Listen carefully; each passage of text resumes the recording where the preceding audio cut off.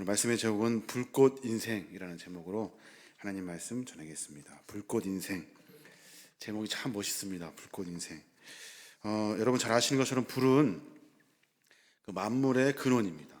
그래서 불꽃 같은 인생은 생명과 지혜와 정의를 상징하기도 합니다. 불은 그 인류 문명의 발전의 원동력으로도 작용합니다. 그래서 지금 인간이 만들어낼 수 있는 가장 뜨거운 온도, 그것을 뭐라고 하냐면 초고온 플라즈마라고 하는데 1억 도까지 불을 낼 수 있대요. 1억 도까지. 하도 뜨거워가지고 이것을 담아낼 수도 없고 불을 지피기도 어렵대요. 이 1억 도의 온도를 유지하는 것이 어렵기 때문에 지금 우리나라에서 세계 최고로 잘하고 있는데 8초간 1억 도의 불을 낼 수 있대요. 세계에서 최고의 기술이래요. 저는 오늘 그 물리적인 빛, 열 이런 거 설명하려고 하는 것이 아니라 주님이 말씀하신 마태복음 5장 14절에 있는 말씀, 너희는 세상의 빛이라. 산 위에 있는 동네가 숨기지 못할 것이라. 너희는 세상의 빛이기 때문에 숨겨지지 않는다. 이 말씀을 같이 묵상하면서 하나님 왜 우리에게 빛이라고 말씀하셨는지, 왜 우리에게 빛을 빛으로 하고 말씀하셨는지 그 이야기를 조금 찾아보려고 합니다. 창세기에 보면 하나님이 천지 창조를 하실 때 빛을 창조하셨습니다. 그리고 또 요한일서 1장 5절에 보면 하나님은 빛이시다라고 정의를 하고 있습니다. 빛이신 하나님이 우리 안에 찾아오신 거예요. 요한복음 14장 20절에 그렇게 말해요. 그날에는 내가 아버지 안에, 너희가 내 안에, 내가 너희 안에 있는 것을 너희가 알리라. 빛이 우리 안에 찾아오신 거예요. 그 빛이 주님이 우리에게 명령하고 계신 거예요. 빛이신 주님이 우리 안에 오셔서 우리에게 명령하신 거예요. 너희는 빛이다 라고 명령하고 있는 거예요. 그 빛이 우리 안에 찾아오셔서 명령하는데 뭐라고 하시냐면 마태복음 5장 16절 말씀, 이같이 너희 빛을 사람 앞에 비추게 하여 너희로 너희 착한 행실을 보고 하늘에 계신 너희 아버지께 영광을 돌리게 하라. 너희 빛을 사람 앞에 비추래요. 너의 빛을. 그 명령은 우리가 품고 있는 빛, 예수 그리스도, 이 빛을 통해서 그래서 삶을 살아내는데 착하게, 선하게, 옳게, 정의롭게, 그러므로 말미암아 사람들이 우리의 그 빛을 보게 된다는 거예요. 그래서 결론적으로 모두가 다 하나님께 영광을 돌리게 하라는 거예요. 우리에게 찾아오신 예수 그리스도, 빛이신 그분께서 내 안에서 빛을 낼 때, 그때 내가 세상 사람들에 향하여서 빛의 사람이 되고 그 사람의 삶의 행실을 통해서 모든 사람들이 하나님께 영광을 돌리게 하라. 이게 하나님의 명령입니다. 그 명령은 분명히 우리에게 뿐만이 아니라 믿는 자들, 그러니까 선민의식을 가지고 있는 이스라엘 백성들에게도 이미 구약 성경에 명령하신 명령이에요. 이스라엘 백성에게 뭐라고 명령하시냐면 너희는 이방인을 위한 빛이다 라고 말씀하고 계셔요. 이사야 49장 6절에 보면 그렇게 말씀하셔요. 내가 또 너희를 이방의 빛으로 삼아 나의 구원을 베풀어서 땅끝까지 이르게 하리라. 너희를 이방 사람들의 빛으로 만든대요. 이방 사람을 위한 빛으로 만들어 놓으신대요. 빛이신 주님이 내 안에 오시고 내 안에서 나오는 주님의 빛으로 세상을 비추고자 한 것이 주님의 계획인 거예요. 그래서 우리를 빛이라, 빛이 되어라 라고 말씀하고 계시는 거예요. 오직 빛 대신 주님과의 끊임없는 관계와 교제를 통해서 우리 안에 있는 주님의 빛이 세상으로 비춰지게 되는 거예요. 여러분 한번 각자 묵상해 보시기 바랍니다. 여러분 안에서, 그러니까 여러분이 주님의 빛이 납니까? 주님의 빛이 내 안에 계신 주님이, 그래서 나로 하여금 주님의 빛이 세상 사람들이 알아볼 만큼 빛이 나냐는 거예요. 그저 세상을, 어두움을, 정의를 이런 것들 하는 것이 아니라 사람들이 볼 때 나를 보고 내 안에서 주님의 빛을 볼 수 있냐는 거예요. 이 말씀 묵상하면서 제 자신이 참 부끄럽더라고요. 세상 사람들이 나를 보고 주님의 빛을 볼 것 같지가 않아요. 부끄럽고 창피한 말이지만 그럴 것 같아요. 그것이 맞는 말인 것 같아요.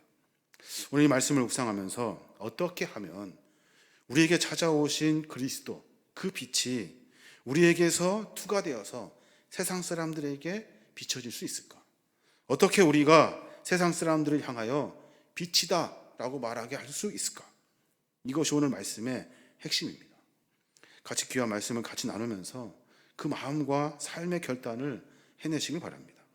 구약 성경에 보면 하나님 모세를 부르셔요. 모세를 부르는 장면이 있는데 특이하게 불이 나와요. 불.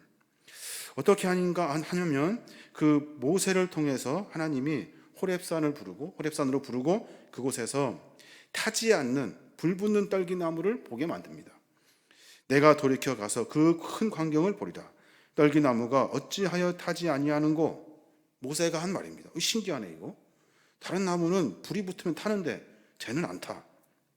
출애굽기 3장 4절에는 여호와께서 그가 보려고 돌이켜 오는 것을 보신지라. 하나님이 떨기나무 가운데서 그를 불러 이르시되 모세야 모세야 하시매 그가 이르되 내가 여기 있나이다. 신기하네. 그 나무에 불이 붙었는데 타지 않아. 신기하네. 그 나무에서 하나님의 음성이 들려요. 그러니까 그 나무에 하나님이 오신 거예요.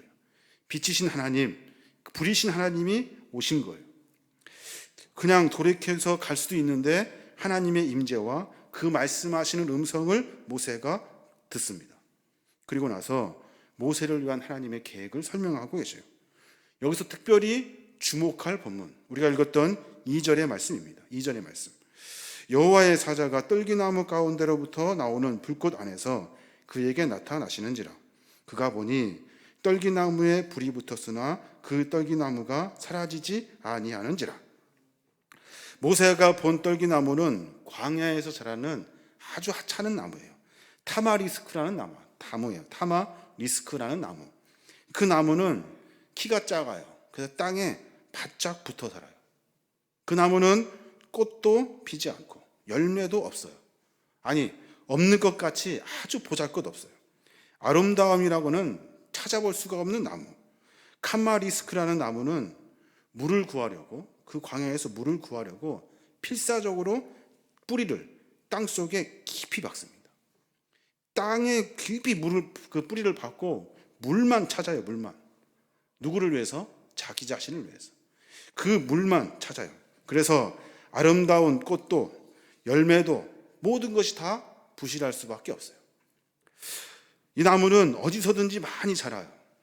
특별히 이 나무는 열량이 높대요. 그래서 땔감으로 쓰기에 아주 좋대요. 그리고 작은 짐승들을 이렇게 가두는 울타리를 만들 때 사용한대요. 특별히 성경은 이 나무를 좋은 감람나무, 무화과나무, 포도나무 이런 나무들과 비교하면서 대조되는 나무로 묘사하고 있어요. 보잘것없어요. 아무것도 아니에요. 하나님의 불이 되고 빛이 되신 하나님이 이를 감당해야 될 모세를 부르실 때 왜 하필이면 이 떨기나무에서 말씀하시는 걸까? 타마리스크 나무를 왜 사용하셨을까? 여러분 한번 생각해 보시기 바랍니다. 이 나무 분명히 우리와 모세를 빗대어 말씀하고 계시는 거예요. 이 나무는 우리의 우리, 형편없는 모세. 모세가 어디 살았어요? 궁중에 살았어요. 그 안에서 큰 소리치며 떵떵거리며 살았어요. 자기 힘으로 뭘 해보려고 한 사람이에요. 그러다가 실패하죠. 어떤 일을 했습니까? 자기 일하는 그 이스라엘 백성들을 보호하려고 누구를 쳤는데, 자기 힘으로 쳤는데 글쎄 그분이 죽었어요. 돌아가셨어요. 그래가지고 쫓겨나가지고 광야에 나가게 된 거예요. 목자의 생활을 하면서 완전히 시리에 빠집니다. 자기 안에 볼품없는 모습을 하나님이 보여주고 계시는 거예요. 애굽에서 강제 노역에 시달리고 있는 이스라엘 백성을 가리켜서 광야 같은 생활을 하겠다고 발버둥 치고 있는 이스라엘 백성들에게 메마른 땅, 아무것도 얻을 수 없는 그 땅, 세상의 것에 아주 부둥켜 안으며 뿌리만 깊이 깊이 내려 자기 자신을 위해서 열매도 없고 꽃도 없고 향기도 없는 아주 저질적인 삶을 살고 있는 인간들, 그 인간들에게 하늘의 불이 어떻게 임하는지를 가르쳐주고 있는 거예요. 놀라운 것은 하나님의 그 불꽃이 타바리스크 나무에 붙었다는 거예요. 붙었다는 거예요. 형편없는 모세에게 불이 붙었어요. 보잘것없는 세상 것 붙들고 살던 우리들에게 하나님의 불이 붙은 거예요. 그래서 우리의 삶 가운데 하나님은 우리에게 찾아오셔요. 예수 그리스도의 빛으로. 주님은 우리 안에 계셔요. 주님은 우리 안에서 빛을 내셔요. 근데 우리는 여전히 세상 붙들고 살고 있다는 거예요. 더 한 가지 고민해 봐야 되는데, 이 떨기나무에 불이 붙었는데 가시덤불이 타지 않는데요. 중요한 의미가 들어 있습니다. 불이 가시덤불에서 타고 있는데 가시덤불의 성분은 전혀 연료로 사용되고 있지 않다는 거예요. 이것은 무엇을 말합니까? 우리 주님이 우리를 쓰실 때 사람에게 속한 것을 사용하지 않는다는 뜻이에요. 여러분 잘 들으셔야 돼요. 여러분의 지혜와 총명, 장점, 미덕 이런 것들 하나님이 사용하실 것 같습니까? 생각해 보십시오. 연료라고 생각하여 그것 가지고 하나님의 불을 뗄 것 같습니까? 그렇지 않습니다. 주님의 용도에 우리에게 속하는 것을 하나라도 추가시킬 수가 없어요. 하나도 추가시킬 수가 없어요. 달란트 비유 잘 아시죠? 달란트 비유 우리가 잘 아시지만 달란트를 가지고 일할 것이라고 생각해요. 우리가 나에게 하나님의 달란트가 있어. 그것 가지고 일하면 돼.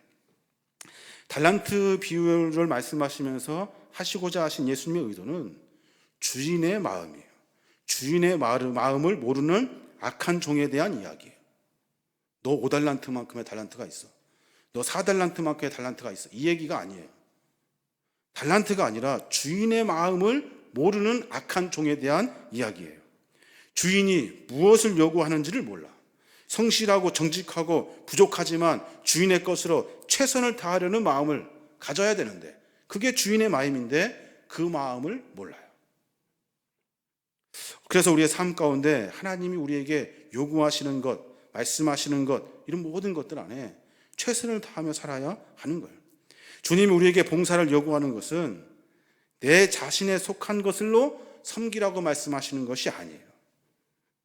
하나님이 여러분을 우리 모든 삶 가운데 우리가 무엇을 잘하는지 무엇이 장점인지 하나님은 관심 있지 않아요.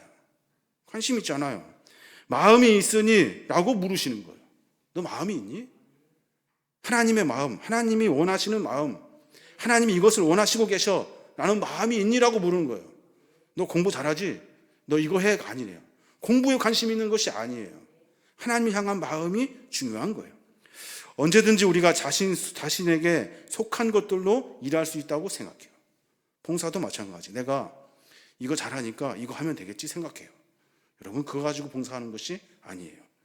자신이 드러나게 되는 거예요. 그렇게 되면 자신이 드러나게 된다고요. 주님이 내 안에서 빛이 안 나요. 자기만 빛이 나요. 하나님을 향한 거룩한 마음, 하나님이 어떤 마음을 품고 계시는지에 대한 그 마음, 내가 하나님에게 무엇을 할 수 있는지를 고민하면서 내 재주, 달란트를 다 내려놓고 열심히 하는 거예요. 열심히 내 가지고 있는 재주와 달란트를 빛나게 하는 것이 아니라 하나님이 빛나게 하는 거예요. 가시덤불에 불이 붙었어요. 주님은 나무의 어떤 재료를 사용하지 않으셔요. 그래서 타지 않는 거예요. 저는 제가 무언가 잘하는 것이 있다고 생각했어요. 나 이것 가지고 주님의 사역 감당하면 되겠구나. 생각해 보십시오. 그래서 하나님이 그 잘하는 것을 사용할 것이라고 생각했어요. 고민해 보면 하나님이 만약에 그럴 것 같으면 나 같은 거 사용하지 않아요. 내가 가지고 있는 달란트, 재주 그런 거 하나님 사용하지 않아요. 더 잘난 사람, 더 똑똑한 사람, 나보다 더 잘한 사람 사용하죠. 하나님은 그렇게 일하지 않으셔요. 사도 바울도 비슷한 이야기를 합니다.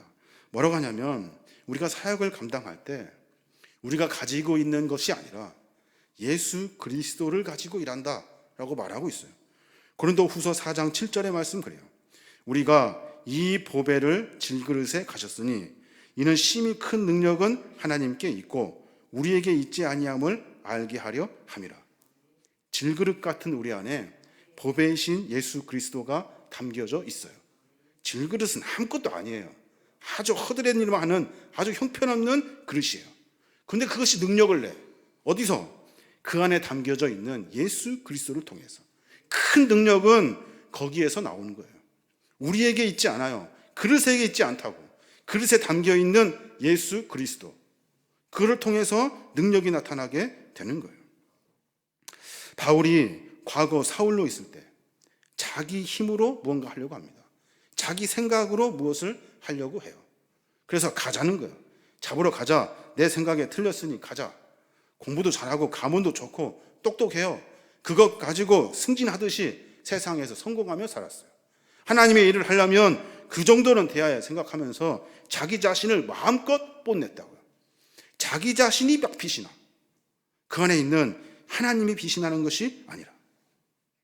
모세도 마찬가지. 과거에 자기의 방법으로 민족을 해방시키려고 했어요. 그러고 보니까 이스라엘 백성들 나와 같은 민족이지, 내 백성이지, 불쌍해요. 측은히 여기는 마음이 생겨요. 그래서 자기의 힘으로 주먹을 들어서 그를 친 거예요. 그래서 자기가 무슨 구테타의 대목이나 되는 것처럼 그렇게 하려고 했다고요. 하나님은 그를 광야로 내쫓아버려요. 그리고 계속해서 실패하게 만들어요. 그렇구나. 내가 아니라 내 안에 계신 예수 그리스도, 내가 아니라 내 안에서 일하는 하나님, 이 하나님이 드러나게 되는 거예요. 바로가 모세를 만납니다. 바로가 아주 형편없고 누추한 모습의 모세를 만나요. 근데 그 앞에 꼼짝 못합니다. 바로 왕은 모세의 능력을 접한 것이 아니에요. 모세의 능력을 접한 것이 아니라, 모세의 지혜와 용기를 접한 것이 아니라, 모세를 들어서 사용하시는 하나님, 모세에게 임한 불을 내시는 하나님과 접한 거예요. 그러니 이길 수가 없는 거예요. 성경은 모세가 잘했다고 기록하지 않습니다. 성경을 읽으면 읽을수록 모세가 드러나는 것이 아니라 모세를 통해 일하시는 하나님이 드러나요. 설교도 마찬가지. 모세를 드러내면 안 돼요. 그 안에 있는 하나님을 드러낼 수 있어야 하는 거예요. 우리는 신구약 안에 있는 주님을 섬기는 사람들 수도 없이 봅니다. 아브라함, 야곱, 요셉, 모세, 다윗, 사무엘, 예레미야, 이사야, 다니엘 잔뜩 있어요. 구약의 어떤 선지자도 자신의 총명과 지혜와 재주를 말하지 않아요. 그들을 통해 일하시는 하나님, 하나님의 마음을 이해하고 일하는 하나님의 사람들, 그 이야기를 하고 있는 거예요. 그 선지자들이 전한 것은 자기 지혜, 총명 이런 것들이 아니에요. 하나님, 여호와 하나님이라는 사실. 신약은 더더욱 그렇죠. 베드로, 야고보, 요한, 바울, 그 외 많은 사람들 형편없어요. 세상적으로 보면 아무것도 아니에요. 근데 그들을 통해서 하나님이 드러나고 있는 거예요. 십자가 역사가 왜 중요한지 아십니까? 십자가가 왜 중요할까요? 십자가는 자신의 지혜, 재주, 방법을 그 앞에 다 넘어뜨리고 꺾어내는 곳이 십자가예요. 내가 주의 사역을 감당하면서 내 잘난 것 가지고 하는 것이 아니에요. 십자가의 능력, 세상 사람들 보기에 하찮은 예수 그리스도, 그가 다시 부활하심으로 말미암아 능력을 나타내는 새로운 삶을 이야기하고 있는 거예요. 그래서 고린도전서 1장 19절의 말씀, 기록된 바 내가 지혜 있는 자들의 지혜를 멸하고 총명한 자들의 총명을 폐하리라 말씀하시는 거예요. 내가 지혜 있는 자들의 지혜를 멸할 것이래요. 끝내게 할 것이다. 총명하다고 말하는 사람들의 총명을 끝낼 것이다 라고 말씀하고 있는 거예요. 사랑하는 여러분, 우리가 빛이 나려면 우리 안에 찾아오신 예수 그리스도, 빛이신 그분이 우리 안에서 빛이 날게 하려면 우리가 빛나면 안 돼요. 나는 타마리스크, 형편없는 나무에 불과하다는 사실을 깨달아야 하는 겁니다. 꽃도 피지 못하고 열매도 맺지 못하고 아무런 아름다움도 없이 주님의 긍휼과 생명으로 겨우 살아가는 존재라는 사실을 알아야 하는 거예요. 그러니 우리가 내는 빛은 아무것도 아니에요. 우리가 내는 빛은 아무것도 아니에요.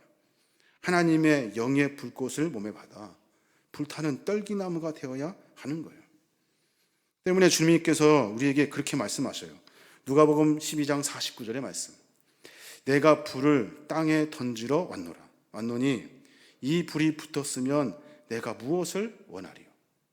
주님이 오신 목적이 뭐예요? 우리에게 불을 던지러 왔대요. 불을. 어떤 불을? 예수 그리스도의 빛이신, 하나님의 빛이신 그 불을 우리 심령 가운데 던지러 오신 거예요.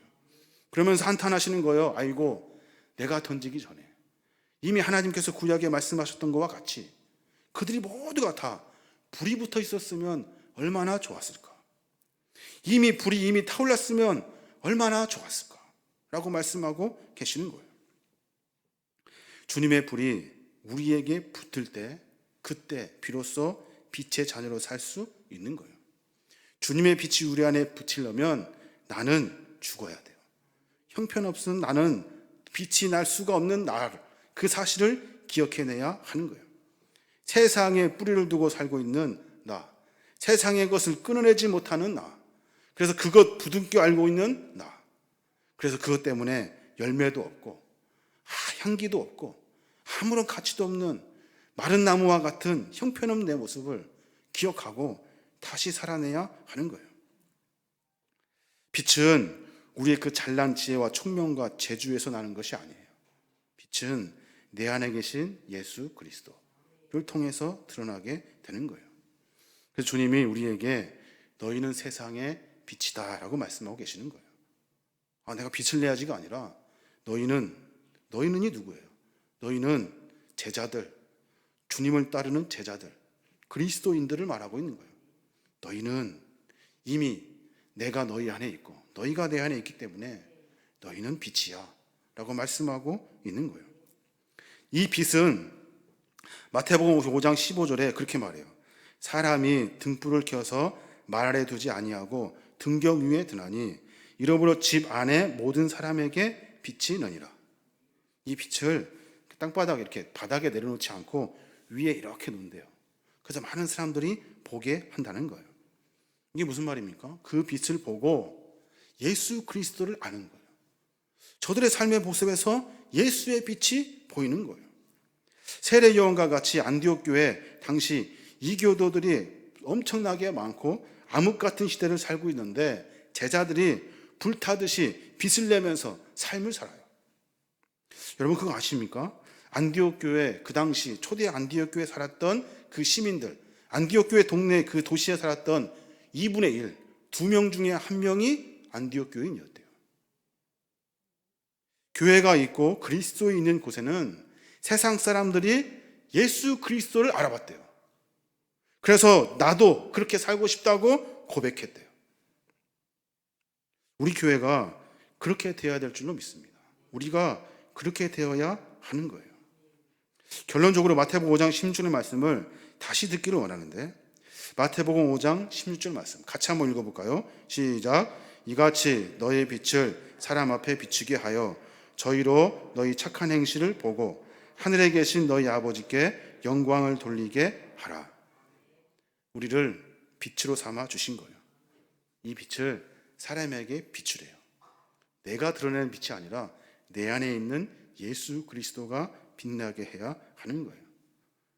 본문은 조금 쉽게 말하고 있어요. 착한 행실. 쉽게 말해서 착하게 살아래요. 그것만으로도 충분하대요. 착하게 살아래요. 그때 세상의 가치로 살고 있는 사람들이 착하게 살고 있는 우리를 보고 빛을 바라본대요. 내 안에 있는 예수 그리스도의 빛. 예수 믿는 사람들은 무언가 다르구나. 예수 믿는 사람은 무언가 다르구나. 이 짧은 문장 안에 하나님의 영광을 돌리는 고백이 들어 있는 거예요. 자, 여러분, 우리를 통해서 하나님이 영화롭게 되기 위해서 세상의 삶의 방식을 뛰어넘어야 합니다. 사람들에 의해서 우리가 주목받아야 하는 거예요. 세상 사람하고 똑같네 하면서 주목받는 것이 아니라 세상 사람들과는 좀 다르네. 왜 그럴까? 예수 믿는 사람들이래. 그게 바로 우리 안에 있는 빛이 드러나게 되는 거예요. 우리가 빛이 비춰질 수 있도록 내 자신의 모습을 내려놓아야 하는 거예요. 하나님은 우리를 재주와 달란트를 가지고 우리가 잘하는 것 가지고 하나님 일하시지 않으셔요.